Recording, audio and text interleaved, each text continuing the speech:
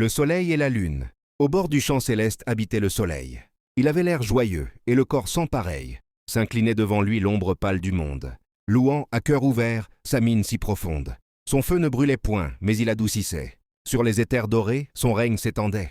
Et il adorait le jour et le comblait de gloire. Et sa robe d'honneur ne paraissait point noire. Il contemplait la nuit quand il vit un feu vif, et dressa doucement son œil contemplatif.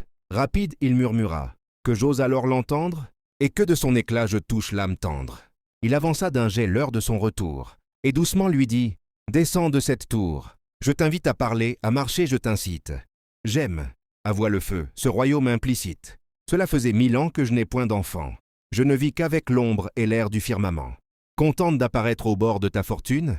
Je suis lune, ô Seigneur, je veille et je m'enlune. » Le soleil de son cœur entendit le tam-tam, et voitura la lune au pays de l'Itam. Elle vit du soleil le peuple et la richesse. Une flamme alentour papillotait sans cesse. Quand il lui fit la cour et qu'il lui tint la main, « Je te veux, lui dit-il, et t'invite au festin. » Sitôt vint le plaisir, sitôt s'ouvrit sa robe. « J'aime de ton regard la lumière si probe.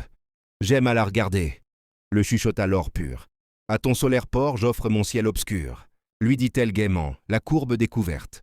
Le vent parut stagnant, resta le temps inerte. L'onde s'interrompit, et se tut l'aquilon, pour se fondre au théâtre ardent de leurs chansons. Et vint un bruit muet, puis un silence intense, où dansèrent leur corps, au gré de la romance. Vieillit si bien le temps qu'ils eurent des joyaux, des fins feux étoilés aux yeux joliment beaux. L'une chantait sa joie à qui voulait l'entendre, puis avec ses enfants aimait à se détendre. Devint tel qu'il veut, l'extase du soleil, et dormait en son lit d'un plus tendre sommeil, regardant 1000 fois ses enfants et leur mère, et de leurs beaux regards l'éternelle lumière. Dans l'éclat de leurs yeux s'allumait leur ardeur, et s'entendait partout le tambour de leur cœur.